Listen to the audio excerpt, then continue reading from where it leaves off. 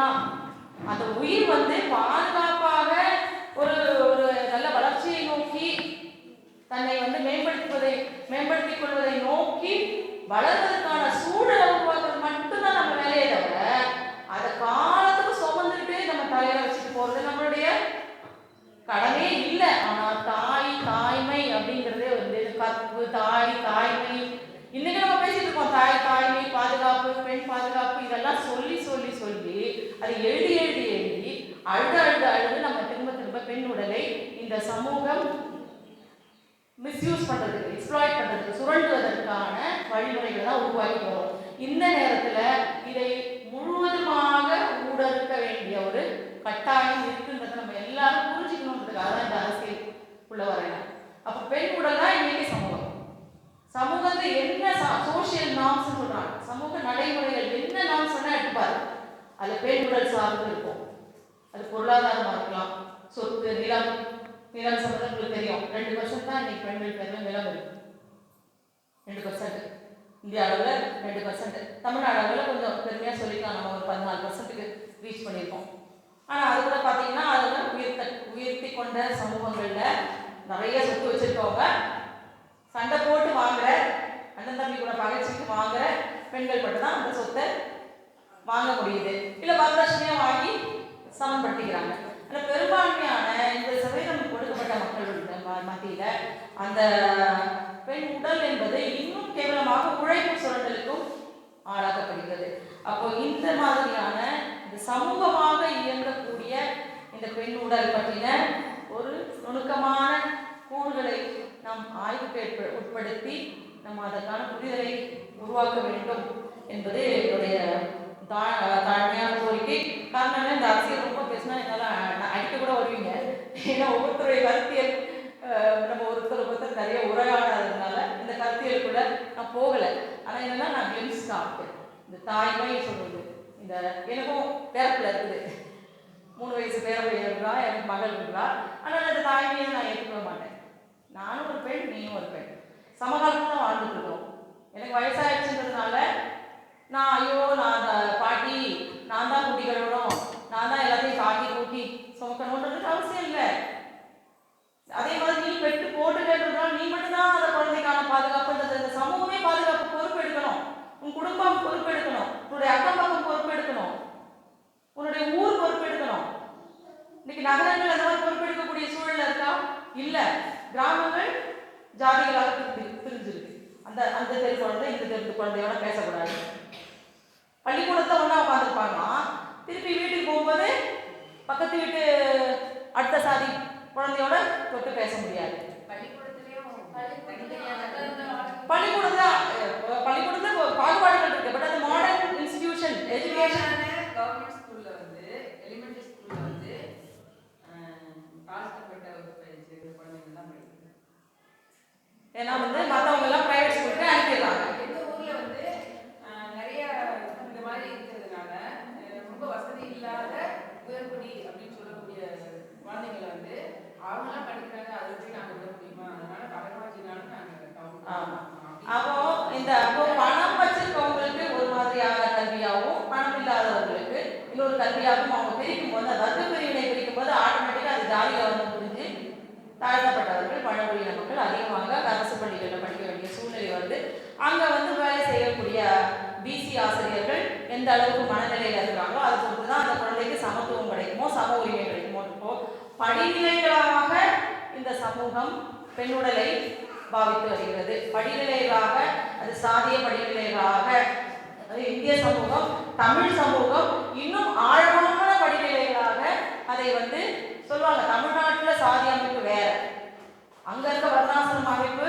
மாதிரி இங்க இல்லை. அதோட டீப்பா இருக்கும். இங்க பாத்தீங்கன்னா ரொம்ப ஸ்ட்ரக்சரா ரொம்ப டீப்பா இருக்கும். யாரெல்லாம் ரொம்ப தமிழ் பேசுறானோ அவன் தான் நம்பர் 1 எதிரியா இருப்பான் சமத்துவத்துக்கு. பாத்தீங்கன்னா யாரும் இனமும் பேசுறாங்களோ தமிழ்னு ஒரு இனமே கிடையாதுங்க. தமிழ் மொழி தான். மலேசியாவில் பேசுறீங்க, சிங்கப்பூர்ல பேசுறாங்க, ஐரோப்பாவில் பேசுறாங்க, தமிழ்நாட்டில் பேசுறாங்க. மொழியால் வளர்ந்தது இந்த கலாச்சாரம், இந்த பண்பாடு. அதை இனம் என்று அடையாளப்படுத்தி அதை அரசியலுக்குள்ள போறாங்க. அந்த அரசியலுக்குள்ள பெண் எங்க இருக்கா அப்படின்னு பாத்தீங்கன்னா தமிழ்ல பெண் வந்து நிலமா தான் இருக்கா. ஒரு ப்ராப்பர்ட்டியாக இருக்கா, ஒரு சொத்தாக இருக்கா, அந்த குடும்பத்தினோட சொத்தாக இருக்கா, அல்ல அந்த ஊரோட சொத்தாக இருக்கா, அந்த ஜாதியுடைய சொத்தாக இருக்கா. இப்படி தான் இன்னைக்கு பெண் உடல் என்பது சுரண்டப்பட்டு வருகிறது. இந்த சூழ்நிலையை நாம் ஊடகத்தில் ஆழமான விவாதங்கள் மூலமாக கொண்டு செல்ல வேண்டும். இதற்கான ஆவணப்படுத்தல்கள் இருக்க வேண்டும், வாய்மொழி வரலாறுகள் இருக்க வேண்டும் என்ற கோரிக்கையோடு நம்ம இந்த அமர்வுக்குள்ள போகலாம். இப்போது நீலா நம்மக்கிட்ட இருக்கிறாங்க. நீலா வந்து ஒரு நல்ல ஒரு கலா ஆய்வு, விராலிமலை கலா ஆய்வாளர். ஆமாம், விராலிமலையை பற்றி ஒரு பெரிய சுருக்கமாக எனது வணக்கத்தை தெரிவித்துக்கொண்டு, இந்த ஊடக அமைப்பில் இப்படி ஒரு முக்கியமான ஒரு தலைப்பை எனக்கு உங்கள் முன் சமர்ப்பிக்க வாய்ப்பு கொடுத்த உங்கள் அனைவருக்கும் நன்றி. இப்போ நேரடியாக 20 நிமிஷம் தான் கொடுத்துருக்காங்க. 1991 வாக்கில் அறிவொளி இயக்கம் தமிழ்நாடு முழுக்க நடந்தது உங்கள் எல்லாருக்கும் தெரியும். அதில் வந்து ஒரு தன்னார்வ தொண்டராக நான் இணைஞ்ச போது ஒரு 10 பேருக்கு வந்து எழுத்தறிவு சொல்லிக் கொடுக்கணும், அவ்வளோதான் எனக்கு சொல்லப்பட்ட செய்தி. அதை தாண்டி அதில் நான் ரொம்ப ஈடுபாடோடு வேலை பார்க்க ஆரம்பிச்சிட்டேன். ஏன் அப்படின்னா, வீட்டுக்குள்ளேயே அடைஞ்சு கிடந்த ஒருத்தங்களுக்கு வெளியில் போகிறதுக்கு வாய்ப்பு கிடைக்கும்போது அதை விடாமல் பற்றி கொள்கிற ஒரு ஏற்பாடு தான். அப்படி வரும்போது கொஞ்சம் கொஞ்சமாக அதிகார வர்க்கத்தின் ஒரு விஏஓ பார்த்து கூட நாங்களுக்கெல்லாம் நல்லா பேச முடியாது. ஒரு கலெக்டரை பார்த்து பேசுகிறதுக்கு, அதுவும் சொன்ன உடனே வந்து அவங்க அப்பாயின்மெண்ட் கொடுப்பாங்க. அந்த மாதிரி ஒரு சுலபமான ஒரு மாவட்ட ஆட்சித்தலைவரை பார்க்குறதுக்கு, அப்புறம் அந்த பெரிய பெரிய அதிகாரிகளை பார்க்குறதுக்கு, இந்த வாய்ப்பெல்லாம் வந்து வீட்டுகளில் கிராமத்துகளில் சொல்லும்போது எல்லோரும் நம்மளை ஒரு பெரிய மரியாதையோடு பார்ப்பாங்க. இது வந்து அடுத்தடுத்த கட்டத்தை நோக்கி ஓட வச்சிச்சு. அப்படி ஓட வைக்கும்போது ஒரு சம்பவம் நடக்குது. என்ன அப்படின்னா, 92 வாக்கில் எங்கள் பகுதியில், விராலிமலை பகுதியில் ஹெச்ஐவி பாதிப்பு அதிகம் உள்ள பகுதி அப்படின்னு சொல்லி விராலிமலையை சொல்கிறாங்க. அங்கே வந்து ஒரு கருத்தரங்கம் நடத்துறதுக்கு ஏற்பாடு பண்ணுறாங்க. வழக்கம் போல் நான் வந்து ஒரு கலைக்குழு நடத்திக்கிட்டு இருக்கேன். அந்த கலைக்குழு மூலமாக வரக்கூடியவங்களை, பெரிய அதிகாரிகள் வர வரைக்கும் அவங்கள அமைதிப்படுத்தி வைக்க வேண்டியது என்னுடைய பொறுப்பு. அப்படி செய்யும்போது அந்த பொண்ணுங்களுடைய அலங்காரம் அதெல்லாம் ஒரு மாதிரி வித்தியாசமாக இருக்குது. அப்போ அதை பற்றி கொஞ்சம் தூண்டி துருவி பார்க்கும்போது அவங்கெல்லாம் தேவதாசிகள் அப்படின்னு சொல்கிறாங்க. அந்த வார்த்தை அப்படி ஒன்று எனக்கு அப்போ புரியலை, கேட்டுக்கிட்டு பேசாமல் இருந்துட்டேன். ஆனால் மாவட்ட ஆட்சித்தலைவர் வந்து பேசும்போது, நீங்கள் வந்து இந்த கீழ்த்தரமான ஒரு தொழிலை விட்டுட்டு நீங்கள் வந்து ஒரு கௌரவமான ஒரு தொழிலை ஏன் செய்யக்கூடாது, உங்களுக்கு நாங்கள் ஏற்பாடு பண்ணுறோம் அப்படின்ட்டு அவங்க பேசும்போது அவங்களுக்கு கோபம் அப்படியே கொந்தளிக்குது. 2 விஷயத்துக்காக அவங்க கோபப்படுறாங்க. என்ன அப்படிங்கும்போது, கீழ்த்தரமான தொழில்னு எப்படி சொல்கிறீங்க அப்படிங்கிற ஒரு இது அவங்க வந்து கேட்குறது, சொல்கிறது கலெக்டராக இருக்கிறதுனால அவங்களால ஒன்றும் சொல்ல முடியலை. இன்னொன்று, இந்த ஹெச்ஐவி பாதிப்பில் நாங்கள் தான் விராலிமலைன்னு தான் சொல்லியிருக்கே தவிர தேவதாசிகள்னு சொல்ல கிடையாது. அது எப்படி எங்களை அழைச்சி வச்சு மீட்டிங் போடுறீங்க? எங்களுக்கு வந்து இந்த தேவதாசிகள் நாங்கள் செய்யக்கூடிய இந்த விஷயத்தில் எப்படி எங்களை பாதுகாத்துக்கிறது, எங்கள்கிட்ட வர்றவங்கள்ட்ட எப்படி பாதுகாப்பாக நடந்துக்கிறது, அவங்களையும் எப்படி பாதுகாத்துக்கிறதுங்கிற வித்தை கொண்டு தெரிஞ்சுக்கிட்டு தான் நாங்கள் இந்த வேலையை பார்க்குறோம் அப்படிங்கிற ஒரு கருத்து அவங்கள்ட்ட இருக்குது. அப்புறம் அடித்து பிடிச்சி அப்புறம் கடைசியில் அதில் வந்து ஒரு 150 பேரில் ஒரு 50 பேர்கிட்ட நாங்கள் இதுலேருந்து மீண்டு வர விரும்புகிறோம், நாங்கள் இந்த தொழில் தான் செய்கிறோம், இதுலேருந்து மீண்டு வர்றதுக்கு விரும்புகிறோம் அப்படின்னு சொல்லி ஒரு 50 பேர் கை தூக்குனாங்க. அந்த 50 பேரில் என்ன மாதிரியான தொழிலை உங்களுக்கு செஞ்சு கொடுக்கலாம், ஏற்பாடு பண்ணி கொடுக்கலாம் அப்படின்னு உயர்மட்ட அதிகாரிகளோட ஒரு கூட்டம் போட்டு பேசி அப்புறம் ஜெம் கட்டிங் பயிற்சியை உங்களுக்கு கொடுக்குறாங்க, கடனுதவி செய்கிறாங்க. அங்கே உள்ள 50 பேரையும் 2 குழுவாக பிரித்து அவங்களுக்கு வந்து அந்த கல் இழைக்கிற அந்த தொழில் வந்து நல்லா நடக்குது. அப்படி நடந்துட்டு போய்கிட்டு இருக்கும்போது அவங்களில் ஒரு 50 பேரில் இடையில ஒருத்தர் 2 பேராக மறுபடி பழைய தொழிலுக்கே போயிடுறாங்க. அப்படி அதில் மீண்டு நிற்கக்கூடியவங்க கடைசியாக ஒரு 22 பேர்கிட்ட நிற்கிறாங்க. இந்த 22 பேருக்கும் வீட்டு மனை பட்டா கொடுக்கணும் அப்படின்னு வந்து மாவட்ட ஆட்சித்தலைவர் நினச்சி, ஏன்னா அவங்களுக்கு ஒரு பரிசாக இருக்கட்டும், அவங்க வந்து நம்ம வார்த்தையை நம்ம சொன்ன உடனே வந்து நான் இதை செய்கிறேன் அப்படின்னு முன் வந்தவங்க அப்படின்னு சொல்லிட்டு அவங்களுக்கு வீட்டு மனை பட்டாவை ஒவ்வொருத்தருக்கும் ஒரு 5 சென்ட் கொடுத்துட்டு அதோட அவங்க வந்து சுற்றுச்சூழல் அலுவலராக சென்னைக்கு போயிடுறாங்க. இப்போ இவங்களுக்கு வந்து என்ன அதில் தெரியலை அப்படின்னா, அந்த வீட்டுமனை பட்டா வாங்கினோடனே ஒரு 6 மாதத்துக்குள்ளே அங்கே வந்து ஒரு குடிசையை போட்டுக்கணும், எப்படியாவது அந்த இடத்த தக்க வச்சுக்கணும், அந்த விவரம் தெரியாமல் இருந்துட்டாங்க. அதனால் அடுத்து வந்து ஊராட்சி நிர்வாகம் அந்த இடத்த வந்து கைப்பற்றிக்கிறது. இதுலேயே அவங்களால ஒன்றும் பண்ண முடியல. அவங்களுக்கு வந்து வேறு யாரை போய் பார்க்குறது என்ன ஏது அப்படிலாம் தெரியலை, அப்படியே இருந்துட்டாங்க. இப்போ இந்த பிரச்சனை முடிஞ்ச பிற்பாடு எனக்கு வந்து இயல்புலே என்ன ஒரு பிரச்சனைனா, ஒரு நார்மலான லைஃப் போய்கிட்டு இருக்கவங்கள்ட்ட பெரிய பெரிய அளவுக்கு நான் வந்து ஒட்டி உறவாட மாட்டேன். இந்த பாம்பு பிடாரன், நரிக்குறவர்கள் இப்படி கொஞ்சம் வித்தியாசமாக இருந்தால் அவங்க பின்னாடியே போயிடுவேன். அவங்களோட போயிட்டு அவங்க எப்படி அதை பண்ணுறாங்க வைக்கிறாங்க. ஒரு பாம்பு வந்து இப்படி படம் எடுத்து ஆடுது. அந்த பாம்பு பிடாரன் வந்து ஒரு மூலிகை வேரை வந்து இப்படி வச்சு பிடிந்தா பாம்பு டக்குன்னு கீழே அமுங்குது. நான் நேற்று கூட கேட்டு வந்தேன், அப்படி ஒரு வேர் உங்களுக்கு தெரியுமா அப்படின்ட்டு அம்மாக்கிட்ட கேட்டு வந்தேன். அப்படியே இது மாதிரி அந்த புது புது விஷயங்களுக்காக நான் போயிட்டு ட்ராவல் பண்ணுற ஒரு ஏற்பாடு என்கிட்ட எப்போதுமே உண்டு. ஆனால் அந்த ஏரியாவுக்கு போகிறதுக்கே எல்லாரும் பயம் காட்டுறாங்க. அங்கே போகாதே, போனால் ஒன்றே அதே மாதிரி சொல்லுவாங்க. அப்போ நம்ம இள வயசு பொண்ணு இல்லை, 30 வருஷத்துக்கு முன்னாடி அந்த பக்கத்துக்கு போனீங்கன்னா ஒன்றே அதே மாதிரி முத்திரை குத்தி விட்டுருவாங்க, நீ போகாதே அப்படின்னு சொல்கிறாங்க. இருந்தாலும் எப்போ போகலாம் போகலாம் அப்படின்னு யோசிச்சுட்டு இருக்கும்போது ஒரு முறை கலைக்குழு அங்கேயே நடத்துறதுக்கு நாங்கள் போகிறோம். அப்போ போகும்போது திரளான கூட்டத்தில் ஒரு நாடகம் நடந்துக்கிட்டு இருக்கு. எல்லாம் பார்த்துக்கிட்டு இருக்காங்க, அந்த பொண்ணுங்கள்லாம் பார்த்துக்கிட்டு இருக்காங்க. ஒரு போலீஸ் அங்கேருந்து வந்து கூட்டத்துக்கு நடுவில் புகுந்து ஒரு பொண்ணை அப்படியே நல்லா அடித்து முடியை பிடிச்சி இழுத்து கொண்டுகிட்டு போகிறான். அப்படியே எல்லாரும் அப்படியே உடல் குலுங்கி போச்சு. என்ன இப்படி பண்ணுறான், ஒரு பொண்ணுன்னு பார்க்காம அப்படின்ட்டு. அப்புறம் என்ன ஏதுன்னு அப்படி விசாரித்தா, இவங்க வந்து மாதத்துக்கு 2 பிராத்தல் கேஸு கொடுக்கணுமா, அதை கொடுக்காம ஏமாற்றிக்கிட்டே தெரியுறியா அப்படின்னு சொல்லி வந்து போலீஸ் வந்து இழுத்துட்டு போகுது. அப்புறம் தான் இந்த இதுக்குள்ளே என்ன நடக்குது ஏது நடக்குது அப்படின்னு பார்க்கும்போது, அந்த பகுதியில் இருக்கவங்க அந்த விராலிமலையிலேயே கோரிமேடுன்னு ஒரு பகுதி, அந்த பகுதியில் ஒரு 150 குடும்பங்கள் தேவதாசிகளாக விடப்பட்டவங்க. தேவதாசிகள் அப்படிங்கிறது யாராவது நேர்ந்துக்கிட்டு அந்த கோயிலுக்கு பணிவிடைகள் செய்கிறதுக்கு, அந்த கோயிலை சுத்தம் பண்ணுறது, பாட்டு பாடுறது, நடனம் ஆடுறது, இதுதான் அது சொல்லப்பட்டிருக்கு. அவங்கள வந்து அவங்க எப்படி குடும்பம் நடத்துவாங்க அப்படின்னு சொன்னால், அவங்க வந்து வேறு யாரும் திருமணம் செஞ்சுக்க மாட்டாங்க. அதனால் அவங்க வந்து என்ன பண்ணுவாங்க, வசதியான ஆட்களை பார்த்து அவங்களுக்கு யாரை பிடிக்குதோ அவங்களோட குடும்பம் நடத்தி குழந்தை பெற்றுக்கலாம். அந்த குழந்தைய அவங்க மட்டும்தான் உரிமை கொண்டாட முடியும். அந்த பொண்ணோட சேர்ந்த இன்னொருத்தர் வந்து என் பையன் என் பிள்ளைன்னு சொல்லிக்க முடியாது.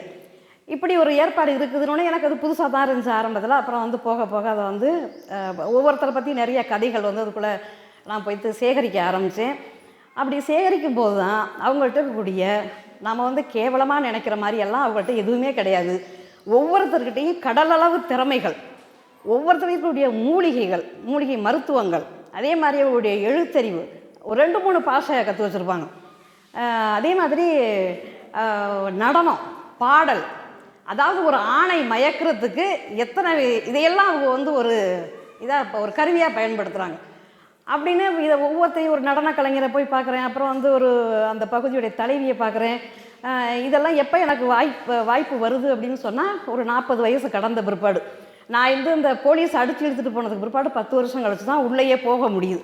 அதுக்கு இடையில் ஓரளவுக்கு நீலான்னா இது இந்த மாதிரி அலைஞ்சிக்கிட்டு தெரியும், பயணம் பண்ணும் அப்படிங்கிற ஒரு பேரை எடுத்த பிற்பாடு இதை நான் போகிறது எல்லாத்துக்குமே சகசமான ஒரு விஷயமா போயிடுச்சு. அங்கே போகிறத தப்பாக சொல்கிறதுக்கு ஆளே இல்லை. அப்படியே அந்த மக்களோட கொஞ்சம் ஈஸியாக பழக ஆரம்பித்தாச்சு. இப்போ இதில் வந்து அந்த ஜெம் கட்டிங் பயிற்சி நடக்கும்போது இருக்கக்கூடிய பொண்ணுங்க இருக்காங்கல்ல, இவங்களுடைய கலாச்சாரம் வேறு மாதிரி மாறுது.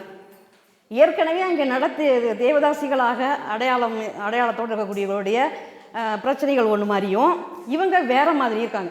இவங்க முழுக்க அரசு அலுவலர்கள், தமிழ்நாடு அறிவியல் இயக்கம் அப்படிங்கிற ஒரு அமைப்பு வந்து அவங்கள வழி நடத்துது. அவங்களோட கேட்டு தான் எல்லா விஷயத்தையும் செய்கிறாங்க. அவங்களுடைய அந்த செயற்கைகள் உற்பத்தி பண்ணுறது, நல்லா மார்க்கெட்டிங் பண்ணி கொடுக்குறது, அதில் ஏதாவது பிரச்சனை வந்தால் சரி பண்ணி கொடுக்குறது. அப்படி இருக்கும்போது அவங்களுக்கு இன்னொரு மனத்தாங்கல் என்ன வருது அப்படின்னா, அந்த கோயில் நிர்வாகம் வந்து ஒரு வருஷத்துக்கு ஒரு 3-4 முறை திருவிழா நடத்தும். அதில் முக்கியமானது இந்த தைப்பூசத்தில் அந்த தேரை வந்து தொட்டு கொடுக்கணும். தேவதாசிகளாக இருக்கக்கூடியதை அதை தொட்டு கொடுக்கணும். அந்த தேர் வந்து அந்த கோயிலை சுற்றி வந்து அங்கே நிற்கும். அப்போ வந்து அந்த கோயில் குறுக்கெல்லாம் சேர்ந்து நீங்கள் தொடக்கூடாது அப்படின்னு இந்த 20 பேரையும் சொல்லிட்டாங்க. ஏன்னா நீங்கள் இப்போ தேவதாசிகள் கிடையாது, நீங்கள் வந்து அதை தொடக்கூடாது அப்படின்னு. உடனே இவங்களுக்கு வந்து என்னென்னா, அந்த தொழிலை விட்டு தான் இவங்க வந்தாங்களே தவிர அந்த ஆன்மீக ஈடுபாடை விட்டு அவங்க வரலை. ஏதாவது தெய்வ கூத்தம் நேர்ந்துருமோ அப்படின்னு பயப்படுறாங்க. உடனே வந்து அம்மாவுக்கு ஃபோன் பண்ணி, ஷீலாராணி அம்மாவுக்கு ஃபோன் பண்ணி, எங்களுக்கு இது வந்து ஏதாவது ஏற்பாடு பண்ணுங்கள் அப்படின்னோடனே அவங்க வந்து இங்கே உள்ள அதிகாரிகள்கிட்ட பேசி அப்புறம் வந்து அவங்க வந்து ஒத்துக்கிடுறாங்க. ஒத்துக்கிட்டு அவங்களுக்கு என்ன பெரிய மரியாதை கிடச்சிட போகுதுன்னா, இந்த தேவதாசிகளாக அங்கே அறியப்பட்டவங்க இறக்கும்போது அவங்களுக்கு ஒரு சந்தனக்கட்டையும் அங்கேருந்து ஒரு கூரைப்புடவையும் வரும். இதுதான் அவங்களுக்கு தேவதாசிகளாக இருந்ததுக்கான அடையாளம். இதை இழக்க அவங்க சம்மதிக்கலை. ஆனால் அந்த தொழிலை மட்டும் விட்டு வந்துட்டாங்க. ஆனால் அந்த தொழிலை விட்டு வந்ததுக்கு பிற்பாடக்கூடிய போராட்ட வாழ்க்கை இருக்கே, அது வந்து கண்கொண்டு பார்க்க முடியாது. அவ்வளவு வறுமை. அவங்க வந்து ஒரு ஒரு ஒரு அழகான வேறு ஒரு வாழ்க்கைக்கு பழகிட்டாங்க. அழகான அப்படிங்கிறத விட வசதியான ஒரு வாழ்க்கைக்கு பழகிட்டாங்க.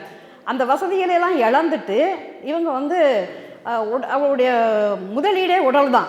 அந்த உடல் வந்து கருப்பாக மாறுது. வேலையை பார்த்து பார்த்து பார்த்து அவங்க வெயில்லையும் இதையும் அலைஞ்சு அவங்களுடைய அந்த மருத்துவம் பூரா விட்டுட்டு கரெக்டாக வந்து 9 மணிக்கு வந்து இந்த கம்பெனியை துவக்கணும், இரவு ஆகிறதுக்குள்ளே எல்லாத்தையும் போட்டு முடிக்கணும், யார் யார் கல் கேட்டிருக்காங்களோ அவங்களுக்கு அனுப்பணும்னு இதுக்குள்ளே அந்த பிஸ்னஸ்க்குள்ளே சிக்கிக்கிட்டாங்க.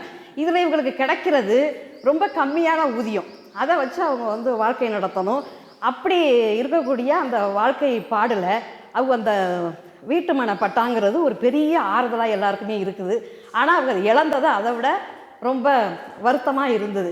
இப்படி ஒன்று ஒன்றா நடந்துக்கிட்டு இருக்கும்போது நான் வந்து ஒரு புத்தகம், ஒரு நூல் வெளியீட்டு விழா நடத்துகிறேன். அந்த நூல் வெளியீட்டு விழாவுக்கு ஷிலாமணி சுங்கத் அவர்களை கௌரவ விருந்தினராக அழைச்சிருக்கோம். அவங்களும் வந்து பேசுகிறாங்க. பேசும்போது இந்த பொண்ணுங்கள்லாம் ஒரு வேன் எடுத்துக்கிட்டு அவங்கள வந்து பார்த்து இந்த மாதிரி நீங்கள் கொடுத்த இடத்த இப்படி பிடுங்கிக்கிட்டாமா அப்படின்னு சொன்ன உடனே அவங்க மறுபடியும் அந்த அதிகாரிகள்லாம் கூப்பிட்டு இவங்களுக்கு வந்து ஏதாவது ஏற்பாடு பண்ணுங்கள், அரசாங்கமே அவங்களுடைய இந்த மாதிரி ஒரு முன்னேறி வரணும்னு நினைக்கிற ஒருத்தங்களை ஒரு ஊக்கப்படுத்தணுங்கிறதுக்காக கொடுத்துருக்கோம், நாமளே வந்து இப்படிலாம் பண்ணலாமா அப்படின்னு சொல்லி அதிகாரிகள்கிட்டலாம் பேசிட்டு போகிறாங்க. சரின்னு சொன்ன அதிகாரிகள் மறுபடியும் அதை மறந்துடுறாங்க. இதுக்கு நடுவில் அந்த கல் எடுக்க வர்ற ஒரு பையன், அங்கே உள்ள ஒரு தேவதாசி பொண்ணு வந்து இந்த ஜெம் கட்டிங் தொழில் இருக்கக்கூடிய ஒரு பொண்ணு வந்து விரும்புகிறா. இதை வந்து அவங்க அம்மா என்ன பண்ணுது, அம்மா வந்து தேவதாசியாக இருக்கிறா, பொண்ணு வந்து ஜெம் கட்டிங் பயிற்சியில் கௌரவமாக வரணும்னு விரும்புகிறா. இப்படி அவங்களுக்குள்ள ஒரு சிக்கல். அப்படி ஜெம் கட்டிங் பண்ணிக்கிட்டு இருக்கவ அப்துல்லா அப்படிங்கிற அந்த கல் எடுக்க வர்ற பையனை விரும்புகிறா. இதுக்கு வந்து முதல் தடையாக இருக்கிறது யாருன்னா அந்த பொண்ணோட அம்மா. நான் பிளான் என்ன வச்சுருக்கேன், காவிரி கரையில் 5 ஏக்கர் நிலம், ஒரு பங்களா, இவளை வச்சு முடிவு பண்ணி வச்சுருக்கேன், அத்தனையிலையும் மண் அள்ளி போட்டுருவா போல இருக்குது அப்படின்னு அந்த அம்மா வந்து புலம்புது. உடனே அப்புறம் வந்து ஷிலாராணி அம்மா தலைமையில் அவங்களே வந்து ரிஜிஸ்டர் மேரேஜ் பண்ணி வச்சாங்க 2 பேருக்கும். இப்போ அந்த பொண்ணுக்கு இப்போ பேத்தி பிறந்திருக்கு ஒரு 5-6 வருஷத்துக்கு முன்னாடி. அப்படி சின்ன சின்ன வெற்றி கதைகளும் அதுக்குள்ளே நடக்குது. ஒரு பக்கம் பார்த்தா ஒரே போராட்ட வடிவமாக இருக்குது. இப்போ இதில் வந்து இந்த என்னுடைய புத்தக வெளியீட்டு விழாவில் அந்த பொண்ணுங்கள்லாம் வந்து கேட்டதுனால நம்மளே இதை எடுத்து நம்ம கொஞ்சம் அதை பற்றி கொஞ்சம் தெரியுது, நம்மளே கொஞ்சம் முயற்சி பண்ணி பார்ப்போமே அப்படின்ட்டு இறங்கின பிற்பாடு தான் இது எவ்வளோ பெரிய மலையளவு வேலை அப்படிங்கிறது எனக்கு புரிஞ்சுது. என்ன அப்படின்னா அவங்களெலாம் ஒருத்தலாக இறந்துட்டாங்க. அந்த 22 பேர்லையும் ஒருத்தலாக இறந்து நான் போய் கணக்கெடுத்து பார்க்கும்போது 18 பேர் இருக்காங்க. இந்த 18 பேரையும் வரிசைப்படுத்தி அவங்களுக்கு கொடுத்த அந்த டாக்குமெண்ட்லாம் எல்லாம் ரெடி பண்ணி அப்போ வந்து விஜயபாஸ்கர் வந்து இது அந்த பகுதி எம்எல்ஏ அமைச்சர் வேறு, அவர் வந்து நான் வேலை பார்க்குற அலுவலகத்துக்கே வந்து ஒரு நலத்திட்டம் கொடுக்கறதுக்கு வர்றாரு.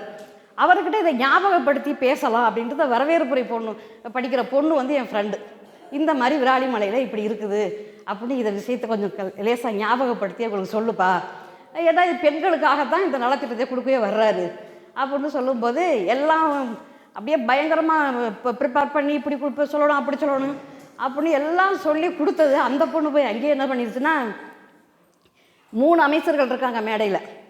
அப்போ வந்து ரொம்ப இதாக பேசுகிறேன் அப்படின்னு சொல்லிட்டு விராலிமலையில் இருக்கக்கூடிய ரெட் லைட் ஏரியாவில் அப்படின்னே அப்படியே அத்தனை பேர் இப்படி திரும்பி பார்த்தாங்க. என்னென்ன அப்படிங்கிறாரு. மறுபடியும் இந்த விராலிமலை புதுக்கோட்டை மாவட்டம் விராலிமலை பகுதியில் இருக்கக்கூடிய ரெட் லைட் ஏரியாவில் அப்படின்னா விஜயபாஸ்கர் டக்குன்னு எந்திரிச்சிட்டார். என்ன அது அவங்க திரும்பி வாழ்ந்தாலும் நீங்கள் வந்து விட மாட்டீங்க போல இருக்குது, உட்காரமணி அப்படின்னு சொல்லிட்டு அதை நிறுத்தி கீழே இறக்கி விட்டார். அப்படியே அந்த முயற்சியை இப்படி வேஸ்ட்டாக போயிடுச்சு. இப்படி ஒவ்வொரு முயற்சியும் வேஸ்ட்டாக போய் கடைசியாக ஒரு நிகழ்ச்சியில் இவங்க பத்திரிகையாளர் ஞானி இறந்து போயிட்டார் இல்லையா, அவருக்கு வந்து ஒரு நினைவு கூட்டம் போட்டிருந்தாங்க சென்னையில். அப்போ வந்து இந்த அறிவொளி செயல்பாடுகள் பற்றி அதில் தீந்தறிகிட அப்படின்னு ஒரு பத்திரிகையில் அவர் தொடர்ந்து எழுதிக்கிட்டே வருவார். அதையெல்லாம் ஞாபகப்படுத்தி பேசும்போது நானும் அதில் வந்து அந்த கலந்துரையாடலில் கலந்துக்கிறேன். ஒக்கூர் பகுதியில் பொட்டல் பிரசவம்னு ஒரு பிரசவம் வந்து நடந்துக்கிட்டு இருந்தது. அதை பற்றி அது அறிவொளி இயக்கத்தினால தான் சரி பண்ண முடிஞ்சுது. அதே மாதிரி தேவதாசிகள் பிரச்சனை அப்படின்னு சொல்லும்போது அப்போ வந்து ரோஹிணி வந்து அது என்ன விவரம் என்ன ஏதுன்னு கேட்டாங்க. அவங்கள்ட்ட நான் சொன்னேன். இப்போ அவங்களே வந்து போய் இவங்க கலெக்டரை பார்த்தாங்க. இப்போ உள்ள கலெக்டர் வந்து ரொம்ப ஒரு நல்ல டைப். நம்ம நிச்சயம் செய்வோம். இப்போ வந்து கரெக்டாக இருக்கிறவங்கன்னு பார்த்தா 13 பேர் தான் இருக்கிறாங்க. அந்த இலவச பட்டா வாங்கின ஆட்களில் 13 பேர் தான் இருக்கிறாங்க. அந்த 13 பேருக்கு நம்ம வந்து ஏற்பாடு பண்ணுவோம் அப்படின்னு அவங்க சொல்லியிருக்காங்க. அந்த முயற்சி அடுத்து போய்கிட்டு இருக்கு. இதில் வந்து ஒரு உணர்ச்சிகரமான ஒரு விஷயம் என்ன அப்படின்னு சொன்னால், அவங்கள்ட்ட பழகும்போது கிடைக்கக்கூடிய சின்ன சின்ன நமக்கு எப்படி திரும்ப திரும்ப அவங்க பக்கம் போகிறதுக்கான வாய்ப்புகள் ஆர்வம் எப்படி வருது அப்படின்னு சொன்னால், மல்லிகான்னு ஒரு அம்மா வந்து மரணப்படுக்கையிலே இருக்காங்க கொரோனா பீரியடில். நான் வந்து இப்போ சென்னையில் இருக்கேன். அவங்க வந்து வறுமையில் இப்படியே கஷ்டப்பட்டு இப்போ போவாங்களோ அப்போ போவாங்களாங்கிற நிலைமையில் இருக்கும்போது நான் வந்து, மல்லிகா நீங்கள் வந்து நல்லா அழகாக நல்ல ஒரு வாலிப நேரத்தில் இங்கே இந்த பகுதிக்கு வந்துட்டீங்க. எப்போவாவது வந்து இதுக்கு ஏன் வந்தோம், நம்ம அதுலேயே இருந்து நல்ல ஒரு செல்வம் குளிக்கிற ஒரு வாழ்க்கையை வாழ்ந்துட்டு போயிருக்கலாமே அப்படின்னு எப்போவாது நீங்கள் வருத்தப்பட்டது உண்டா அப்படின்னு மல்லிகா கிட்ட கேட்குறேன். அவங்க வந்து டக்குன்னு சொன்னாங்க, வறுமை தாம்மா, 3 வேளை சோத்துக்கே ரொம்ப கஷ்டமாக தான் இருக்குது. ஆனால் என் பொண்ணை நான் கல்யாணம் பண்ணி கொடுத்துட்டேன். நல்ல மாப்பிள்ளை கிடச்சிருக்காரு. எனக்கு வந்து லேசாக இருமுனா கூட என் மருமகன் அங்கேருந்து வந்து அத்தைக்கு என்ன பண்ணுதுன்னு போய் பாரு அப்படிங்கிறாரு. என் மகன் வந்து தேநீர் வச்சு கொடுக்கவா, டீ வச்சு கொடுக்கவா, வெந்நீர் வச்சு கொடுக்கவா அப்படின்னு வந்து பக்கத்துலேயே நிற்கிறா. பேத்தி வந்து, பாட்டி நாளைக்கு உனக்கு சரியாயிடும் அப்படின்ட்டு 10 போடுற மாதிரி வந்து ஒரு ஆக்ஷன் கொடுக்குறா. ஆனால் என் பக்கத்தில் 3 மாடி கட்டுறனா ஒருத்தி இருக்கா. அவளுக்கிட்ட வந்து ஏகப்பட்ட நகையெல்லாம் இருக்குது, ஏகப்பட்ட சொத்தெல்லாம் இருக்குது. அவளுக்கு ஒரு வேலைக்காரியை போட்டிருக்காங்க. அந்த வேலைக்காரி எவ்வளவு வெள்ளி குங்குமச்சம்புல அது இதெல்லாம் திருடிக்கிட்டே போய்கிட்டு இருக்கா. நிறைய தகவல்கள் வருது. எப்போ அவள் சாவா அப்படின்னு அவளுக்கு வந்து ஒரு எதிர்காலத்தை பற்றிய எந்த விதமான ஒரு இது, எப்போ அது வந்து ஒரு புழு செத்தது மாதிரி, ஒரு எறும்பு செத்தது மாதிரி அது இருக்குது. ஆனால் என்னுடைய சாவு அப்படி இருக்காது.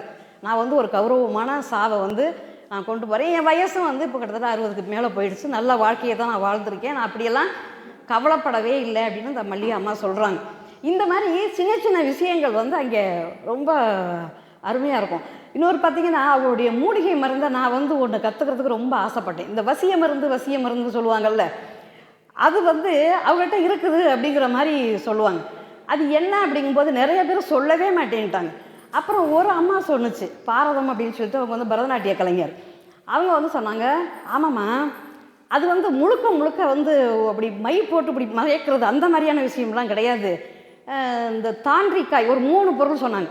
இந்த 3 விஷயத்தையும் ஒன்றா சேர்த்து பேய் கரும்பு சாறு போட்டு அரைச்சி லேகியமாக வச்சுக்கிட்டு அதை வெத்தலை சாப்பிட்ட பிற்பாடு தாம்பூலம் அடித்து கொடுக்குறோம்ல, அதில் தடவி அவங்களுக்கு கொடுத்துட்டா அது வந்து ஒரு சுறுசுறுப்பை அவங்களுக்கு கொடுக்கும். அதுக்கடுத்து இன்னொன்று இருக்குது. ஒரு வர்மக்கலை அது பயின்றவர்களுக்கு எந்த நரம்பை தொட்டால் எந்த இடத்துல தொட்டால் உணர்ச்சி மேலிடும் அப்படிங்கிற ஒரு விவரம் இருக்குது. எங்களுக்கு அது கைவந்த கலை. ரெண்டையும் ஒரு இடத்துல இணைக்கும் போது அவன் நம்ம பின்னாடியே சுற்றி வருவான் அப்படின்னு அவங்க சொன்னாங்க. சொன்னோன்னே, ஆஹா எனக்கு 50 வயசில் வந்து இது தெரியுதே, வயசெல்லாம் போன பிற்பாடு இது வந்து இந்த விவரம்லாம் தெரியுது அப்படின்னு நினச்சிக்கிட்டு சரின்ட்டு இந்த மற்ற 2 காய் தான் தோன்றி காய்ங்கிறாங்க, அது எங்கே இருக்குது என்னன்ட்டு தெரியலை. ஒரு 2-3 காய் இருக்குது, அதெல்லாம் தேடிக்கிட்டு இருக்கேன் இப்போ நான். அது ஒரு பக்கம். ஆனால் நம்ம வந்து கவலைப்பட வேண்டிய ஒரு விஷயம் என்னென்னா, இந்த தேவதாசியர் பற்றி ஒரு கிளுகிழுப்புக்காகவும் ஒரு வேறு எதுக்காகவுமோ எழுதுகிறாங்களே தவிர அவங்களுடைய உண்மையான பாடு பற்றி எழுதலை. அங்கே வந்து இப்போ கடைசி சதுராட்ட கலைஞர் அப்படின்னு சொல்லிட்டு முத்துக்கண்ணம்மான்னு ஒருத்தங்க இருக்காங்க. பத்மஸ்ரீ விருது 2 வருஷத்துக்கு முன்னாடி வாங்கினாங்க. ஆனால் அவங்க மேலே எனக்கு ஒரு பெரிய, நான் நல்லாவே சொல்கிறேன், அவங்க மேலே எனக்கு ஒரு பெரிய மரியாதை இல்லை.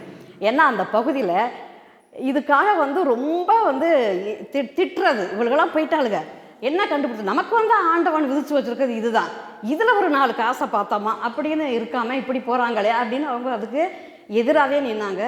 அதே மாதிரி அவங்களுக்கு வந்து அவங்கள்ட்ட பேசும்போது, இந்த ஜமீன்தாரை விட அந்த ஜமீன்தார்கிட்ட போகும்போது வெள்ளி காசாக அள்ளி இறப்பான் அப்படிங்கிற மாதிரியான தொனிலே பேசிக்கிட்டு இருப்பாங்க. அதில் ஒரு மயக்கத்தோடவே அவங்க பேசுவாங்க. ஆனால் அவங்க வந்து நல்ல ஒரு கலைஞர். சதிராட்டம் அப்படிங்கிற ஒரு பரதத்தின் தாய் அப்படின்னு சொல்கிறாங்க. இது இப்போ வந்து பரதம் ஆடுறத விட அதில் வந்து அவங்களுக்கு பாட்டு தெரியணும், ஒரு விஷயத்தை நுட்பமாக அபிநயத்திலே விளக்க தெரியணும், அதுக்கு தகுந்த மாதிரி டான்ஸ் ஆட தெரியணும். 3 கலைகள்லையும் வல்லவர்களாக இருக்கிறவங்க தான் சதுராட்டத்தில் நல்லா வர முடியும். அப்படி ஒரு கலை பயின்ற ஒரு அம்மா அவங்க கலையை நான் மதிக்கிறேன், ஆனால் அவங்களுடைய கருத்தை நான் மதிக்கலை. அப்போ இந்த இருக்கக்கூடிய இந்த 13 பேருக்கும் இப்போ நாங்கள் வந்து வீட்டு மனை பட்டா வாங்கக்கூடிய கடைசி கட்டத்தில் இருக்கிறோம். ஓரளவுக்கு சக்ஸஸ் ஆயிரும் அப்படின்னு நம்புகிறேன். ஆனால் என்ன வருதுன்னா, இதை பார்த்தோன்னே எனக்கு ஒரு கனவு என்ன இருந்துக்கிட்டு இருந்ததுன்னா, அவங்கள்ட்ட ஒரு அழகான கலைகள் நிறைய, பரதத்தில் கரகண்டவங்களாக இருக்காங்க, பாட்டில் நல்லா அழகாக பாடக்கூடியவங்க இருக்காங்க. அந்த காலத்தில் இந்த மாதவி நடன இதை வந்து வர்ணிக்கும் போது சிலப்பதிகாரத்தில் அப்படி மனம் பறிபிடிப்போம்ல, அந்த மாதிரி இவங்க பேசுகிறதெல்லாம் ரொம்ப தாராளமாக அழைச்சிட்டு போயிட்டு, இந்த மீசு வச்சுருக்கால இது ராஜகிரி ஜமீன்தார், இந்த மூத்தவன் இருக்கான்ல அவன் இவர் மாதிரியே ஜாடையில் இருப்பான் அப்படிம்பாப்புல, அப்படின்னு ரொம்ப சாதாரணமாக அவருக்கு பிறந்தவன் இவருக்கு பிறந்தவன் அது அந்த அம்மாக்களுக்கு தெரியும். ஆனால் வெளில சொல்லிக்க முடியாது, வெளில வந்து அவங்களுடைய இனிஷியெல்லாம் அவங்க போட்டுக்க முடியாது, அம்மாவோடைய இனிஷியலை தான் அவங்க போட்டுக்குவாங்க. இப்போ இப்படியெல்லாம் இருக்கிறாங்க. ஆனால் ஒரு பக்கத்து பார்த்தா அவங்களுடைய இதையெல்லாம் மாறி இப்போ அவங்க என்ன சொன்னாங்க அப்படின்னா, அதை ஒரு குறும்படமாக எடுக்கணும். நீங்கள் இப்போல்லாம் சொல்லிக்கிட்டு இருந்தீங்கல்ல, ஆவணப்படுத்துங்கன்னு. ஆவணப்படுத்தணும்னு வரும்போது இதுக்கு வந்து ரோஹிணியும் ரொம்ப ஆர்வமாக செய்வோம், நான் வந்துடுறேன் அப்படின்னாங்க. ஆனால் அவங்கள்ட்ட உட்கார வச்சு பேசும்போது அவங்க என்ன சொல்லிட்டாங்கன்னா, அம்மா எங்களை அப்படி தேவதாசி இந்த பேரெல்லாம் சொல்லக்கூடாது இல்லை, அது ஒரு மாதிரி பேசுவாங்கல்ல, அந்த மாதிரி வார்த்தைகளாலே எங்களை சொல்லி இப்போ தான் வந்து எங்களுக்கு பேரன் பேத்தி இப்படிலாம் இருக்கிறாங்க. இப்படி ஒரு ஆவணப்படத்தை எடுத்து இன்னும் ஒரு 30 வருஷம் முடிவு இப்படி இருந்தவ அப்படின்னு சொன்னால் எங்கள் பேரன் பேத்தியெல்லாம் எப்படி நினைப்பாங்க அப்படின்னோடனே அந்த அம்மா வந்து, நம்ம எதிர்பார்த்த வெற்றி இதுதான்ம்மா, அவங்கள ஆவணப்படுத்தணும்னு அவசியம் இல்லை, அவங்கள படம் எடுக்கணும்னு அவசியம் இல்லை, இதுவே போதுமானது அப்படின்னு அவங்க ரோஹிணி அம்மாவும் சொல்லிட்டாங்க. நாங்களும் அந்த முடிவுக்கு வந்துட்டோம். ஒரே ஒரு விஷயம் மட்டும், இதை வந்து இது தேவதாசிகள்ங்கிறதுக்காக ஒரு ஆன்மீகம் அப்படி இப்படின்னாலாம் ஒரு கருத்துரையாடல் இருக்குது. ஆனால் இதே ஒன்று பெரிய அளவுக்கு பேசப்படாமல் மாத்தம்மாக்கள் இருக்காங்க, அந்த பக்கம் நாம் வந்து கவனத்தை குவிக்கணும் அப்படின்னு கேட்டுக்கிட்டு, இப்போ நேரம் இல்லாதனால இதை பற்றி நீங்கள் கேட்க விரும்பினா இன்னொரு பக்கத்தில் சொல்கிறேன் அப்படின்னு சொல்லிட்டு வாய்ப்புக்கு நன்றி. வந்திருக்கும் அனைவருக்கும் வணக்கம். இப்படி ஒரு டைவர்ஸ் க்ரௌடு நான் இப்போ தான் பார்க்குறேன். லைக் வயசுலேயும் சரி, மற்றபடி அவங்கவுங்களோட தொழில் ரீதியான விஷயங்களும் சரி, வித்தியாசமான இடத்துலேருந்து வந்திருக்கு. கொஞ்சம் அப்ரஹென்சிவாக தான் வந்தேன், ஏன்னா இதில் நிறைய பேர் எனக்கு தெரியாது அப்படிங்கிறனால. பட் ஸ்டில் உலகத்தில் எல்லோரும் மனுஷங்க தான், ஒரு தடவை பார்த்தா தெரிஞ்சவங்க, அவ்வளோதான். That's all. முதல்ல இப்போ நம்ம கால சூழ்நிலையில் இல்லை, நம்ம ஆக்சுவலாக எப்போவுமே வந்துட்டு செக்ஸுங்கிற ஒன்று வந்து நம்மளுக்கான இங்கே வந்து ஆண்கள் பெண்கள் மட்டும்தான் இருக்கோமா இந்த உலகத்தில்? யாருக்காவது தெரியுமா? எனக்கு தெரிஞ்சு ஒருத்தங்க சொன்னாங்க, ஆய்வு இதெல்லாம் பண்ணிகிட்ருக்குறாங்க, கிட்டத்தட்ட இது வரைக்கும் 148 விதமான மனிதர்கள் இருக்காங்களாம். ஓகே, நம்மளுக்கு இதை தெரிஞ்சது கொஞ்சம்தான். ஸோ நம்மளை தாண்டி குயர் கம்யூனிட்டின்னு ஒன்று வந்து இப்போ தான் நம்மளுக்கு கொஞ்சம் கொஞ்சமாக அவங்க பக்கம் கவனங்கள் திரும்புது.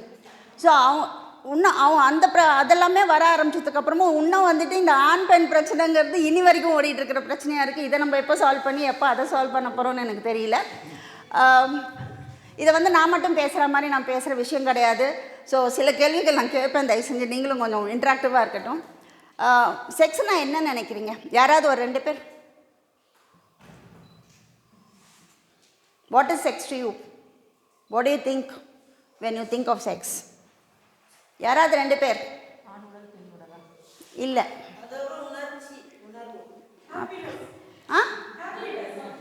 Happiness, yeah, good point. Okay, relaxation, beautiful. Okay, ஆனால் செக்ஸை பற்றி பேசணும்போது எங்கேருந்து ஆரம்பிக்கணும்னு நினைக்கிறீங்க?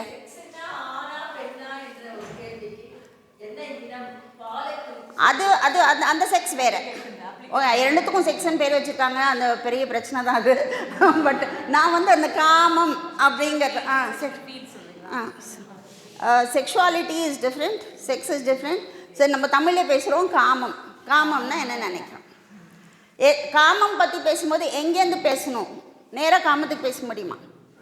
இட்லி வேணும்னா முன்னாடி நாள் உளுந்து ஊற வைக்கணும், அரிசி ஊற வைக்கணும், அடுத்த நாள் அரைக்கணும், அதுக்கப்புறமா அதை வேக வைக்கணும் இல்லையா? ஸோ காமங்கிறது எங்கேருந்து ஆரம்பிக்கணும் அப்படின்னா, எனக்கு அதாவது நான் இப்போது என்னை பொறுத்த வரைக்கும் காமங்கிறது வந்துட்டு ஒரு வெறும் காமம் கிடையாது. காமங்கிறது காமம் இல்லை, அதுக்கு முன்னாடி நிறையா இருக்குது. அதாவது நான் வந்துட்டு இதை சொல்லலை, என்ன சொல்கிறது,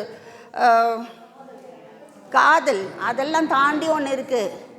மனிதர்களை மனிதர்களாக நமக்கு சமமாக நடத்தும் அந்த மரியாதை, ஒருத்தர் மேலே ஒருத்தர் மரியாதை இருக்கிறவங்க இல்லாதவங்களால ஒரு ப்ராப்பர் செக்ஸுங்கிறது சாத்தியமே கிடையாது. இதில் 2 பேருக்கும் சந்தோஷம் கிடைக்க சாத்தியமே கிடையாது.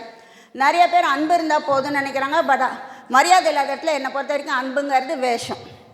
உன்னை என்னால் மதிக்க முடியலன்னா என்னால் உன் மேலே அன்பு செலுத்த முடியாது, அதுதான் நிஜம். அதே மாதிரி இந்த உணர்வுகள்ங்கிறது நம்மளுக்கு எப்போலேருந்து வருது? மனுஷனுக்கு செக்ஸுங்கிறது எந்த வயசுலேருந்து தேவைப்படுது அப்படின்னா, நிச்சயமாக நம்ம கல்யாணம் ஆனதுலேருந்து தான் இல்லை. ஒரு பருவமடைகிற அந்த சின்ன வயசுலேருந்து ஆணுக்கும் பெண்ணுக்கும் பருவமடைகிற வயசுன்னு ஒன்று இருக்குது, அப்போலேருந்தே தேவைகள்னு ஒன்று இருக்குது. நம்ம ஏதாவது சொல்லிக் கொடுக்குறோமா குழந்தைங்களுக்கு? ஏதாவது சொல்லிக் கொடுக்குறோமா? யாரா இப்போ பயங்கர ரெஸ்ட்ரிக்ஷன். அதாவது பிள்ளைங்க வந்து காதல் வரைக்கும் போகிறாங்களோ இல்லையா, அதுக்கு முன்னாடி நீ யாரையும் காதலிச்சிடாதுமா, நம்ம குடும்பத்துக்கு அதெல்லாம் ஆகாது. இன்றைக்கும் வந்துட்டு கோ எஜுகேஷன் ஸ்கூல் காலேஜஸில் போய் பார்த்தீங்கன்னா கோ எஜுகேஷன் தான் சொல்கிறாங்க. இந்த பக்கம் ஆம்பளைங்க, இந்த பக்கம் பொம்பளைங்க. ஏங்க ஸ்கூல் காலேஜை விட்டுறீங்க?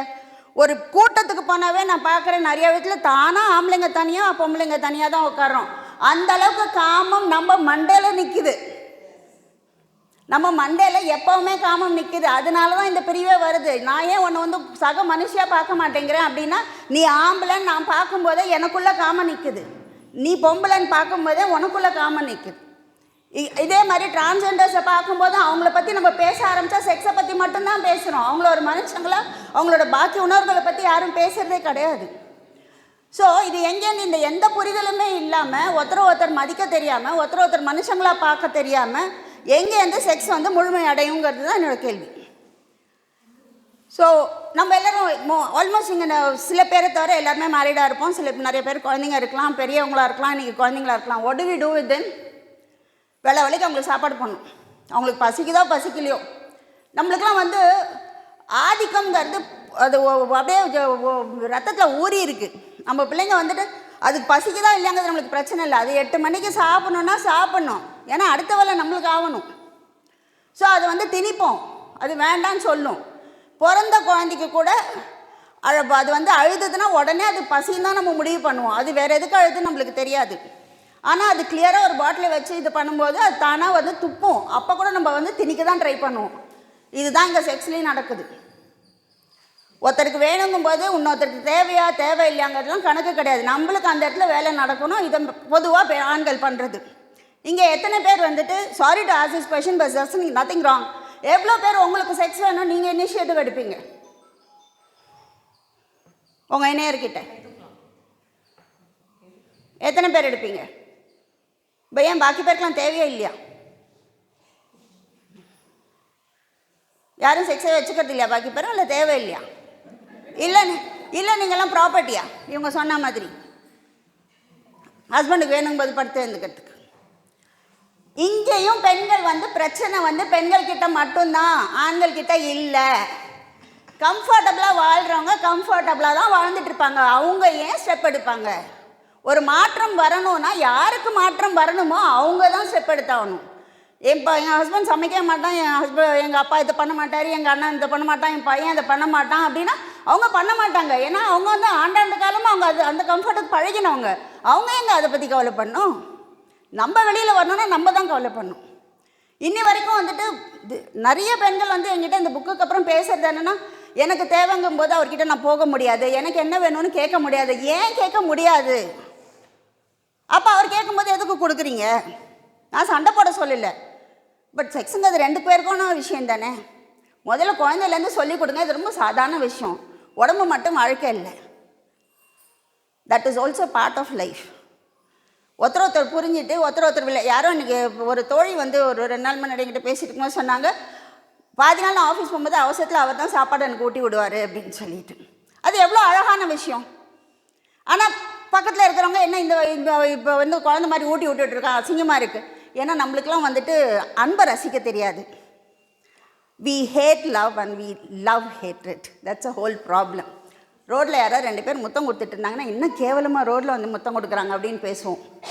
அதே ஒரு புருஷன் பொண்டாட்டி அடிச்சுட்டு இருந்தானா ஐயோ அடிக்கிறான், இதெல்லாம் நடக்கிறது தானே நாட்டில், போயிட்டே இருப்போம்.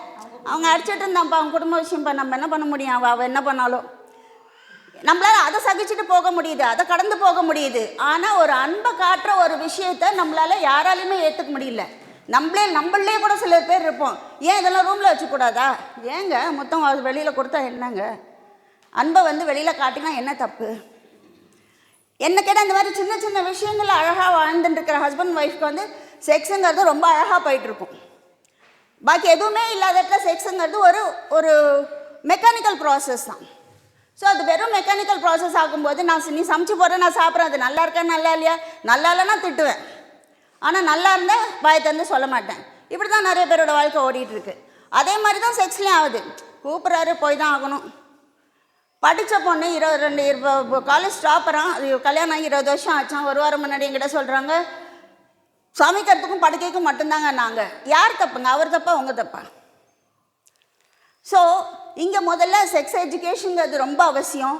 முதல்ல மனுஷங்களாக மதிக்கணுங்கிறது அவசியம். பெண் யாருக்கு எதுக்காகங்கிறது, பெண் வந்து உடம்பு மட்டும் கிடையாதுங்கிறது புரிய வைக்கணும்.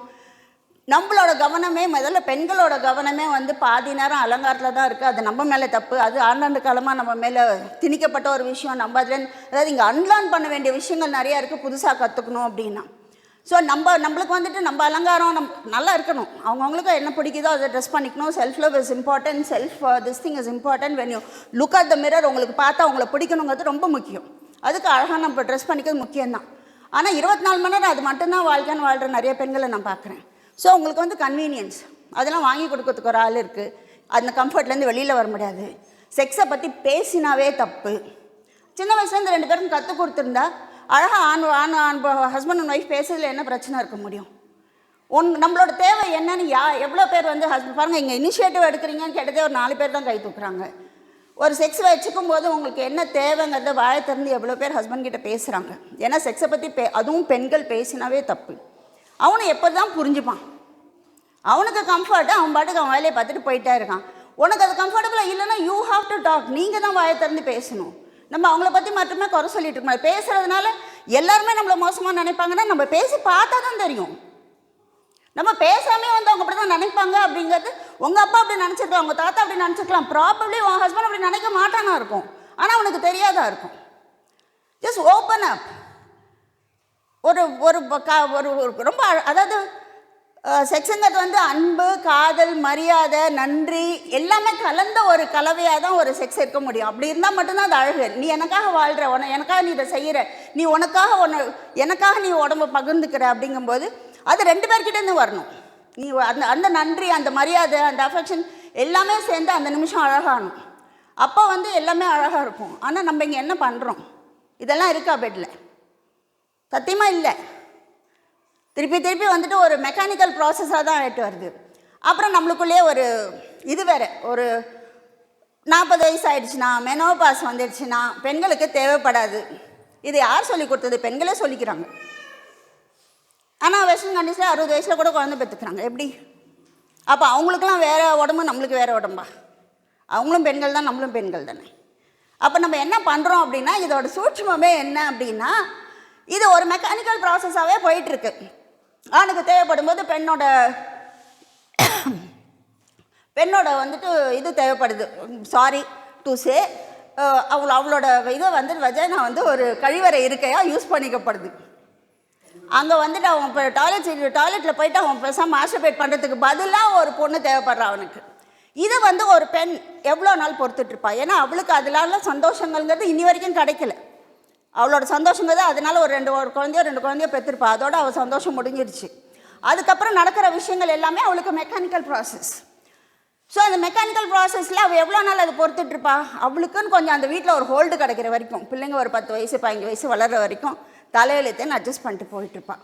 அதுக்கப்புறம் பார்த்தீங்கன்னா, இல்லை எனக்கு மெனோபாஸ், எனக்கு வயசாகிடுச்சு, பிள்ளைங்க வளர்ந்துட்டாங்க, எனக்கு அதில் இன்ட்ரெஸ்ட் இல்லை. ஸோ இது ஆக்சுவலாக உடம்பால் வர இன்ட்ரெஸ்ட் இல்லாத விஷயம் கிடையாது, இன்ட்ரெஸ்ட்டாக மழுங்கடிச்சிட்ட விஷயம். ஸோ அதனால் அதை ஒரு காரணமாக வச்சு ஆண்கள் வெளியில் தேட ஆரம்பிக்கிறாங்க. நீங்கள் நிறைய உங்களுக்குலாம் அனுபவம் இருக்கான்னு தெரியாது, எனக்கு நிறைய அனுபவம் இருக்குது. நிறைய பேர் வந்து ஏன் ஒய்ஃப் படுக்கவே மாட்டேங்கிறா, அவளுக்கு இன்ட்ரெஸ்ட் போயிடுச்சு. ஏன்டா போச்சு? அது போய் அங்கே கேளு. நீ ஒழுங்காக எல்லாம் நீங்கள் 2 பேரும் அழகாக வாழ்ந்துருந்தீங்கன்னா அவளுக்கு கொடுக்க வேண்டிய நீ கொடுத்துருந்தீங்கன்னா அவளுக்கு எப்படி இன்ட்ரெஸ்ட் போகும்? உனக்கு மட்டும் ஏன் போகாது? நீ அதே நீ எப்படி உனக்கு தேவையோ அந்த மாதிரி தான் அவளுக்கும் தேவை. இன்ட்ரெஸ்ட் தேவையில்லைங்கிற ஒரு இடத்துக்கு அவளை கொண்டு வந்துடுறோம். அது அப்படியே காலகாலமாக வந்து மூளைச்செலவை பண்ணி அப்படியே ஏற்றுட்டு பெண்களும் அது ஐயோ நான் எனக்கு இன்ட்ரெஸ்ட் இல்லை அப்படின்னு நினைக்கிறாங்க. So this is where the whole thing is.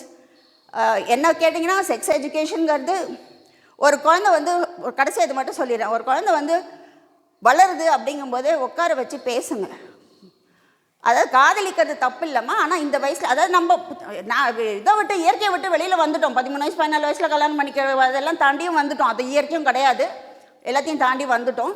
So இப்போ பிள்ளைங்க ஓரளவுக்கு படித்ததுக்கப்புறம் தான் கல்யாணம் பண்ணி வைக்கிறோம். அப்படிங்கும்போது அந்த பிள்ளைங்கிட்ட இந்த வயசில் காதலிக்கிறது தப்பு இல்லை, வரதான் செய்யும். இது இயற்கையான உணர்ச்சி தான். ஆனால் அதை எப்படிலாம் சமாளிக்கலாம், எப்படிலாம் அவாய்ட் பண்ணணும், எப்படி பாதிக்கப்படாமல் வெளியில் வரணும், இல்லை படிக்கிற வரைக்கும் கொஞ்சம் ஜாக்கிரதையாக இருக்கணும், உன்னோட வாழ்க்கை இதில் அமைஞ்சு இருக்குது. பட் இதெல்லாம் ஒரு நேச்சுரலான விஷயந்தான், இதெல்லாம் வரக்கூடிய விஷயந்தான் அப்படின்னு ஒரு நட்பாக அம்மாங்கிறதுலாம் தூக்கி அஞ்சிடுங்க. சொன்ன மாதிரி அம்பிளிக்கல் கார்டு கட்டானோடனே அவங்க தனியாக இல்லைங்க, அந்த மதிப்பை நம்ம அவங்களுக்கு கொடுத்து தான் ஆகணும். ஒரு பேரண்ட் வந்து has to be the best friend of any kid. அப்படி இருந்தால் அந்த குழந்தைங்க தப்பாக போகிறதுக்கு வழியே கிடையாது. we can ரொம்ப அழகாக வந்துட்டு எதுவாக இருந்தாலும் நம்மக்கிட்ட வந்து சொன்னாங்கன்னா நம்ம அழகாக அவங்களுக்கு கைட் பண்ணிவிட்டு ஈஸியாக போயிட்டே இருக்கலாம். Thank you so much.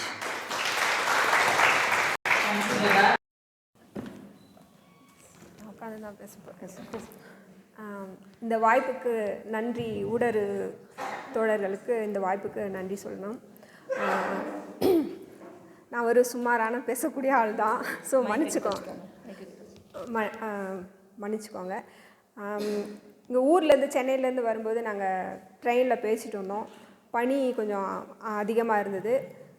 பேசிகிட்டு இருக்கும்போது எழுத்தாளர் சல்மா சொன்னாங்க, லண்டனில் இப்போ மார்ச் மாதத்தில் பனியே வராது, பனி அதிகமாக பெய்யுது. இங்கே மட்டும் இல்லை, சென்னையிலே வந்து இரவு நேரங்களில் பனி அதிகமாக இருக்குது அப்படிங்கிற மாதிரி சொன்னாங்க. ஸோ இந்த சூழலியல் மாற்றம், பருவநிலை மாற்றம் அப்படிங்கிறது வந்து ஒரு தவிர்க்க முடியாத ஒரு விஷயமா இந்த 20 ஆண்டு காலத்தில் நம்ம வந்து பேசிகிட்டே இருக்கோம். அதிகப்படியான பனி, அதிகப்படியான மழை, அதிகப்படியான வறட்சி, இப்படி வந்து தொடர்ச்சியாக இந்த விஷயங்களை வந்து நம்ம பேசிகிட்டே இருக்கோம். ஒரு கிரைசிஸ் நம்ம முன்னாடி இருக்குது அப்படிங்கிறது வந்து உண்மை. ஆனால் அது வந்து அப்பப்போ நம்ம பேசிட்டு அதோட மறந்து போயிடுறோம். ஒரு செய்தியாக மட்டும்தான் நம்ம வந்து அதை பார்த்துக்கிட்டு இருக்கோம். இதில் என்னன்னா, இந்த விஷயங்கள் இருக்குது அப்படிங்கிறதே வளரும் நாடுகளிலும் சரி, வளர்ந்த நாடுகளும் சரி, இந்த ஒரு விஷயம் இருக்குது அப்படிங்கிறதே வந்து இவங்க ஒரு கன்சிடர் பண்ணுறதில்ல. அதுக்கான பாலிசி டிசிஷன் வந்து எடுக்கிறதே கிடையாது. அதை வந்து ஒரு கேலிக்குரிய ஒரு விஷயமாக தான் பார்த்துட்ருக்காங்க. ட்ரம்ப் என்ன சொன்னாங்க அப்படின்றது நீங்கள் பார்த்துருப்பீங்க. அதுக்கப்புறம் வந்தவங்க என்ன பண்ணாங்க அப்படிங்கிறதும் நம்ம பார்த்துட்ருக்கோம். இங்கே இந்தியாவில் என்ன நடந்துகிட்ருக்கு அப்படிங்கிறதும் நம்ம பார்த்துட்ருக்கோம். 56 இன்ச்சு நம்ம மார்பளவு கொண்ட நம்ம பிரதமர் வந்து அவர் ஆட்சிக்கு வரும்போது 450 ரூபா கேஸ் சிலிண்டர் விலை விற்றது. இன்றைக்கி 1200 ரூபாயில் வந்து நிற்கிது. இது எப்படி வந்து பெண்களை பாதிக்குது அப்படின்னு நம்ம யோசித்தோன்னா, அன்றைக்கும் விறகுல சமைச்சிட்டு இருந்தாங்க. அந்த விறகை நாங்கள் ஒழிச்சிட்டு தான் நாங்கள் கேஸ் கொடுப்போம் அப்படின்னு சொல்லிட்டு கேஸ் சிலிண்டரு இலவச இணைப்பு அப்படிங்கிற மாதிரி நிறைய திட்டங்கள்லாம் கொண்டு வந்து கொடுத்தாங்க. இன்றைக்கி அதே பெண்கள்லாம், நம்ம தமிழ்நாட்டு பெண்களை விட்டுருவோம், எப்போவுமே அது விதிவிலக்கு தான். தமிழ்நாட்டு பெண்களையும் தென்னக பெண்களையும் நம்ம விட்டுருப்போம். பீகார் பெண்களையும் ஊபி பெண்களையும் யோசிச்சு பாருங்கள். இன்றைக்கி அவங்க விறகடுப்புக்கு தான் போயிருக்காங்க. 1200 ரூபா கொடுத்து அவங்களால கேஸ் சிலிண்டர் வாங்கி நம்ம வந்து பயன்படுத்த முடியுமா? இந்த விறகடுப்பு பயன்படுத்துறதுனால என்ன பாதிப்பு வருது? முக்கியமாக வந்து என்ன சொல்கிறது, நீங்கள் காரில் போவாங்க, ஆண்கள் காரில் போவாங்க, பைக்கில் போவாங்க, ஒரு 3 பைக் வச்சுப்பாங்க. அவங்க வந்து எல்லா சூழலியல் பாதிப்புகளும் பண்ணுறவங்களாக இருப்பாங்க. ஆனால் நேரடியாக இந்த சூழலியல் பாதிப்பால் உடனடியாக தாக்கப்படுறவங்க யார் அப்படின்னு பார்த்தா இந்த பெண்களாக இருப்பாங்க. விறகடுப்பில் என்ன சமைச்சா என்ன வரும்? சீக்கிரம் டிபி வந்து சாவாங்க. எப்படியாப்பட்ட ஒரு பரிசை வந்து இந்த சமூகம் வந்து இயற்கையாகவே அது செஞ்சு கொடுத்துருது நமக்கு. ஆண்கள்னால் எப்போவுமே அனுபவிக்கிறவங்களா இருக்காங்க. பெண்கள் அதோட பாதிப்புகளை வந்து அனுபவிக்கிறவங்களா இருக்காங்க. உதாரணத்துக்கு நம்ம வந்து பாலிசி மேக்கிங்கில் வந்து பேசுகிறோம். இந்த பாலிசி மேக்கிங்கில் யார் உட்காந்துருக்காங்க, உலக அளவில் யார் உட்காந்துருக்காங்க, பெண்கள் எத்தனை சதவீதம் இருக்காங்க? ரொம்ப குறைச்சல், ஒரு 10% கூட இருக்க மாட்டாங்க. உலக அளவுலேயே இது வளர்ந்த நாடுகள்லேயே இந்த நிலைமை தான் இருக்குது. அப்போது பாலிசி டிசிஷனில் பாலிசி மேக்கிங்கில் நீங்கள் வந்து யாருமே இல்லை, பெண்கள் இல்லை அப்படிங்கும்போது நீங்கள் எந்த மாதிரியான முடிவுகளை வந்து எடுப்பீங்க? சூழலியல் தொடர்பான போராட்டங்களை முன்னெடுக்கிறது அப்படின்னு பார்த்தீங்கன்னா பெண்கள் தான் இருக்காங்க. எல்லா நாடுகள்லேயும் ஆப்பிரிக்காவில் ஆகட்டும், இங்கே வந்து தென் அமெரிக்காவில் ஆகட்டும், இந்தியாவில் ஆகட்டும், எல்லா சூழலியல் போராட்டங்களையும் முன்னெடுக்கிறவங்க பெண்களாக தான் இருக்காங்க. ஆனால் இந்த பாலிசி மேக்கிங், இந்த பாலிசி டிசிஷன் எடுக்கிறவங்க எத்தனை பேர் பெண்கள் இருக்காங்க? இந்த பாதிப்புகளுக்காக போராடுற இடத்துல மட்டும்தான் பெண்கள் இருக்காங்க. அப்படிங்கும்போது நம்மளோட இருப்பு என்ன அப்படிங்கிற கேள்வி வந்து எழுது. நம்ம எப்படி அந்த பாதிப்புகளை தாங்கிக்கிறவங்களா மட்டுமே நம்ம இருக்கிறோம், காலங்காலமாக இந்த விஷயங்களை மட்டுமே தாங்கிக்கிறவங்களா மட்டுமே நம்ம இருக்கோம் அப்படிங்கிற ஒரு கேள்வி எனக்கு எழுது. நம்ம ஏன் வந்து அந்த இடத்துக்கு முன்னேறல? எப்போவுமே பாதிப்பு மட்டும் நம்ம ஏன் சுமக்கிறோம்? அவங்க மட்டும் எப்படி வந்து அது நம்ம மானுட வரலாற்றை தான் நம்ம பார்க்கணும். ஒரு ஆணை வந்து கவர்றதுக்காக ஒரு மானையோ ஒரு எருமையோ ஏதோ ஒன்று வேட்டையாடி கொண்டு வந்து அவனோட உடல் பலத்தை காட்டி ஒரு பெண்ணை வசீகரிக்கிறான் அப்படின்னு நம்ம பார்க்குறோம். அதே தான் நாட்டை பிடிக்கிறது அப்படின்னு போய் இன்றைக்கி வந்து ஃபுல்லாக ஒரு அதிகாரம் மிக்க எல்லா இடத்துலையும் அவன் மட்டும்தான் இருக்கான். ஆனால் நமக்காகத்தானே அவன் அவ்வளோ இடத்துக்கு போனான். நம்ம எப்படி இருக்கோம்? நம்ம எப்படி வந்து ஒரு வீட்டுக்குள்ளே ஒரு 4 அறைக்குள்ளே உட்காந்துட்டு இன்றைக்கி வந்து மிக்சியை வந்து பயன்படுத்தாதீங்க, கையில் அம்மியில் அரைங்க, வாஷிங் மிஷின் பயன்படுத்தாதீங்க, துவைங்க. என்ன சொல்கிறாங்கன்னா, நீ வந்து பைக்கில் போவ, காரில் போவ, அதெல்லாம் வராத ஒரு சுற்றுச்சூழல் பாதிப்பு வாஷிங் மிஷின் பயன்படுத்துறதுனாலையோ, இல்லை வந்து கொஞ்சம் நேரம் ஏசி போடுறதுனாலையோ, இல்லை கொஞ்சம் நேரம் மிக்சியில் பயன்படுத்துறதுனாலையோ அதனால் உங்களுக்கு பாதிப்பு வந்துட போதா? எப்படியெல்லாம் வந்து காரணம் சொல்கிறாங்க பாருங்கள். இதெல்லாம் பயன்படுத்தினா வந்து சுற்றுச்சூழல் வந்து காப்பாற்றலாம். நீ எல்லாத்தையும் அனுபவிச்சுட்டு பாதிப்பு மட்டும் அப்படின்னு வரும்போது அந்த கொஞ்சம் நஞ்ச இப்போ தான் ஒரு 20 வருஷமாக அதெல்லாம் பயன்படுத்துவோமா? அந்த 20 வருஷ ஒரு இதை கூட நம்மளை அனுபவிக்க விடாமல் நீ வந்து கையில் அரைச்சிக்கோ, அதுதான் நல்லது உடம்புக்கு, இல்லைன்னா குழந்தை பெருக்காது, என்னென்னமோ காரணங்கள் எல்லாம். ஸோ பாதிப்பு மட்டும்தான் வந்து ஒரு பெண் ஏற்றுக்கணும், ஒரு பெண் போராடணும். நான் என்ன கேட்குறேன், என்ன சொல்ல விரும்புகிறேன்னா, நம்ம எப்போவுமே இப்படி தான் போராட்ட களத்துக்கு வரக்கூடிய ஒரு ஆட்களாகவும், இல்லை வந்து இந்த பாதிப்புகளை வந்து கடைசி இடத்துல இருந்து குறைக்கிறாங்களாகவும் மட்டும்தான் இருக்கணுமா? நம்ம ஏன் வந்து அந்த இடத்துக்கு போகக்கூடாது? அந்த இடத்துக்கு போனால் இன்னும் நம்ம நிறைய விஷயங்களை வந்து இம்ப்ளிமெண்ட் பண்ணலாம் இல்லையா? அப்படிங்கிறத நான் வந்து சொல்ல விரும்புகிறேன். நன்றி.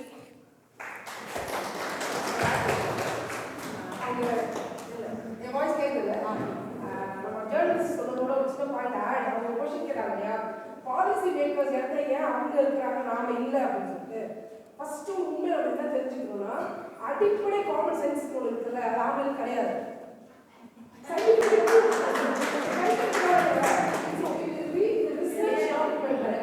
நான் வந்து ஒரு 10 வருஷமா இதை பத்தி ரொம்ப டீப்பா ஸ்டடி பண்ணி நியூரோ சர்ஜன் உலகத்துல என்னெல்லாம் டாக்டர்ஸ் இருப்பாங்கல்ல, அலோபதி, சித்தா, ஆயுர்வேதம், ஹோமியோபதி, இவர்கிட்டலாம் போய் ஸ்டடி பண்ணி எபிஜெனெடிக்ஸ், அனாட்டமி எல்லாம் படிச்சு கண்டுபிடிச்ச ஒரு விஷயம் என்னன்னா, ஏன் ஒரு செல் இவளுக்கு மிஸ் ஆகுது? எங்கிருந்து நம்ம தேவைன்னா, எல்லாருமே வெளியிலிருந்து வருவோம், ஒரு கோயில் போயிடும், ஆம்பளை எந்த அப்படியே இருந்தாங்க, அப்புறம் வந்து புடிச்சிட்டு எவ்வளோ உட்காந்து